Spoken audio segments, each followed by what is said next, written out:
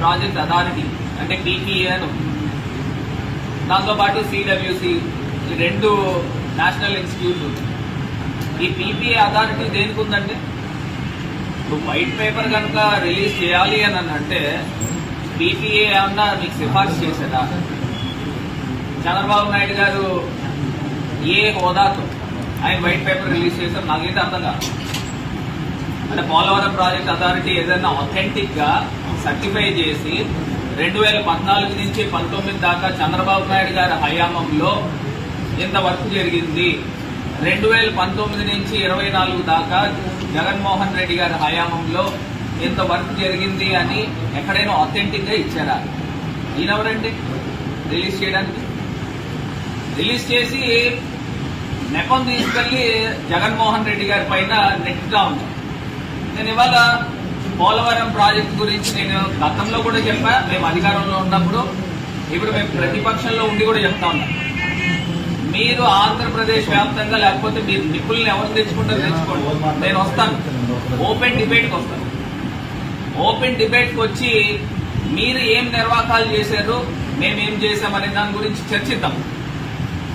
నేను ఇవాళ చెప్తా ఉన్నా, ఇదే చంద్రబాబు నాయుడు గారు ఎంత దుర్మార్గంగా పోలవరం ప్రాజెక్ట్ అథారిటీని కూడా పక్కన పెట్టి, వాళ్ళు ఇచ్చిన ప్రోటోకాల్స్ కూడా పక్కన పెట్టి, ఆయన ఒక నవయుగ కంపెనీకి ఒక కంపెనీకి వాళ్ళు నామినేటెడ్ నవయుగాకి ఇవ్వడం జరిగింది. ఇచ్చినప్పుడు వాళ్ళు ఏదైతే నీతి ఆయోగ్ నివేదిక కూడా ఇచ్చారు 2016లో. స్టేట్ గవర్నమెంట్, అప్పుడున్న స్టేట్ గవర్నమెంట్ మాకు నేషనల్ ప్రాజెక్ట్ మాకు అప్పచెప్పండి, మేము నిర్వహిస్తామని చెప్పి నీతి ఆయోగ్ లో 2016 రిపోర్ట్లో కూడా ఉంది. ఇదే చంద్రబాబు నాయుడు గారు నేషనల్ ప్రాజెక్టు వాళ్ళు వదిలేసి ఉంటే ఈ వాటి కంప్లీట్ అయ్యేది కదా. ఈయన ప్రోటోకాల్ ఫాలో కాకుండా ఈయన వర్క్ చేసిన విధానం గురించి ఒక 2 నిమిషాలు ఎక్స్ప్లెయిన్ చేస్తాం. ప్రధానంగా ఫస్ట్ నదిని డైవర్ట్ చేస్తాం, పోలవరం దగ్గర నదిని డైవర్ట్ చేసి అక్కడ ఈసీఆర్ఎఫ్ డ్యామ్ కట్టాలి. కట్టి అది అప్రోచ్ ఛానల్ మీదుగా, స్పిల్వే మీదుగా, స్పిల్ ఛానల్ మీదుగా నదిని డైవర్ట్ చేయాలి. ఫస్ట్ వీళ్ళు చేయాల్సిన కార్యక్రమం ఏంటండి, first approach channel, spillway, spill channel, hydraulic gates పెట్టిన తర్వాత ఆ ప్రాసెస్ కంప్లీట్ అయిన తర్వాత అప్పుడు ఈసీఆర్ఎఫ్ డ్యామ్ కట్టే ముందు coffer dam, up stream coffer dam నిర్మాణం చేయాలి.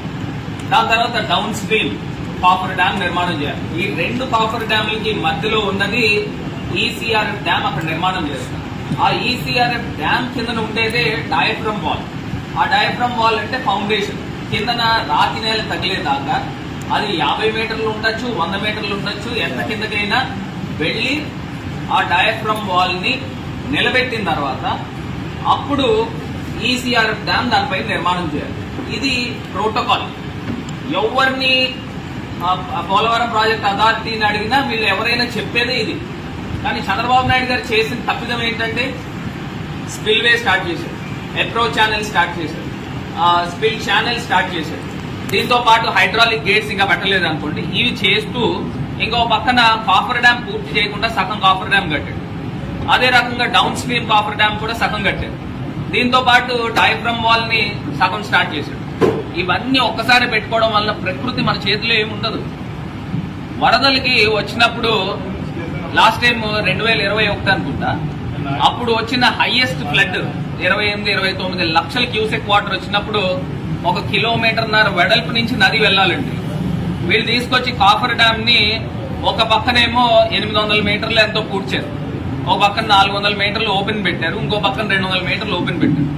ఇంత వాటర్ వచ్చినప్పుడు ఏమవుతుంది, హై వెలాసిటీ 28 లక్షల క్యూసెక్ ప్రెషర్, నాకు తెలిసి 1,00,000 క్యూసెక్ ప్రెషర్ అవుతుంది. అంత హై వెలాసిటీ వాటర్ రావడం వలన డయాఫ్రమ్ వాల్ బ్రీచ్ అయింది, కింద ఉన్న డయాఫ్రమ్ వాల్ ని ఎత్తుకుని వెళ్ళిపోయింది. దాంతో పాటు ఈసీఆర్ఎఫ్ డ్యామ్ ప్రాంతం ఏదైతే ఉందో ఆ ప్రాంతంలో పెద్ద పెద్ద స్కవర్స్ పడి, అగాధాలు అంటే గొయ్యలు కింద పడిపోయింది.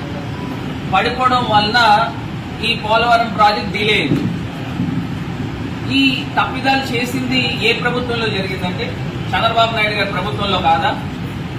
మళ్ళీ నేను నిన్న ఆయన నివేదిక ఇచ్చిన దాంట్లో ఈయనే 70%, 80% కంప్లీట్ చేశాడంట.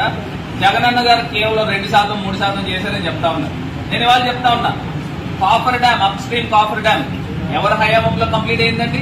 జగనన్న ప్రభుత్వంలో కాదా? డౌన్ స్ట్రీమ్ కాఫర్ డ్యామ్ ఎవరి హయాంలో కంప్లీట్ అయిందండి? జగనన్న ప్రభుత్వంలో కాదా? మొత్తం స్పిల్వే కంప్లీట్ చేసి హైడ్రాలిక్ గేట్స్ పెట్టి నీరుని నదిని డైవర్ట్ చేసి ఈ స్పిల్ ఛానల్ మీదుగా పంపించింది ఎవరి హయాంలో పంపించారండి? ఈ నీరంతా కూడా జగనన్న గారి ప్రభుత్వంలో కాదా? మరి ఇన్ని కంప్లీషన్ చేసిన ప్రభుత్వం జగనన్న గారి ప్రభుత్వం అయితే కేవలం జగనన్న 4% కంప్లీట్ చేశాడు, 5% కంప్లీట్ చేశాడని తప్పుడు లెక్కలు ఇస్తా ఉంటారు. ఇవన్నీ పక్కన పెడితే ముందర పోలవరం ప్రాజెక్టు ఇంత అనర్థానికి దారి తీసిన భారతులు ఎవరు అని అడుగుతా ఉన్నారు. చంద్రబాబు నాయుడు గారు కాదా అని అడుగుతా ఉన్నారు. మరి ఇన్ని అబద్దాలు చెప్తూ ఇవాళ ప్రజల్ని మోసం చేసే కార్యక్రమం చేస్తాం.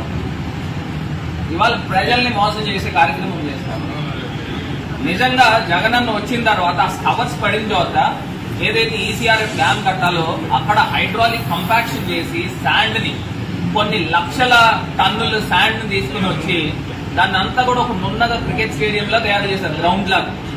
దానిపైన అప్పుడు ఈసీఆర్ఎఫ్ డ్యామ్ కట్టాలి. ఇవన్నీ పక్కన పెడితే ఇంకా రాబోయే రోజుల్లో కొన్ని అనర్థాలు కూడా జరిగేదానికి అవకాశం ఉంది.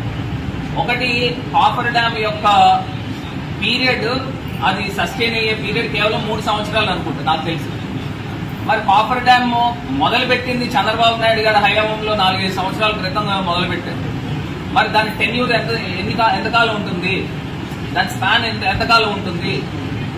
మళ్ళీ కాఫర్ డ్యామ్, ఇప్పుడు ఈసీఆర్ఎఫ్ డ్యామ్ కింద ఉన్న డయాఫ్రమ్ వాల్ ఇప్పుడు దాకా కేంద్ర ప్రభుత్వం నిర్ణయం తీసుకోవాలా, అంటే ఇంకొక డయాఫ్రమ్ వాల్ కట్టాలా అక్కర్లేదా అనే దానిపైన నిర్ణయం తీసుకోవాలా. ఇదే చంద్రబాబు నాయుడు గారు ఇప్పుడు ఎన్డీఏ ప్రభుత్వంలో కీలకమైన భాగస్వామి కింద ఉన్నారు. మరి భాగస్వామి కింద ఉన్నప్పుడు సెంట్రల్ గవర్నమెంట్ ని డిమాండ్ చేయాలి కదండి. డిమాండ్ చేసుకోకుండా 4 సీజన్లు పడుతుంది అంటే 4 సంవత్సరాల్లో గానీ నేను ఏం చెప్పలేను అనే మాట ఎట్లా మాట్లాడతారు? మరి ఇదే చంద్రబాబు నాయుడు గారు ఎన్డీఏ 2014లో ఉన్నప్పుడు ఆయన ఒక స్పెషల్ ప్యాకేజ్ ఒప్పుకుని 20,000 కోట్లు పోలవరం ప్రాజెక్టుకి ఇస్తే సరిపోతుంది అని ఆయన ఒప్పుకున్న మాట నిజం కాదా? సాక్షాత్తు కేంద్ర మంత్రివర్యులు పీయూష్ గోయల్ గారు ఒక సందర్భంలో కూడా చెప్పారు. మరి జగనన్న వచ్చిన తర్వాత ఆయన ఏం చేశాడండి?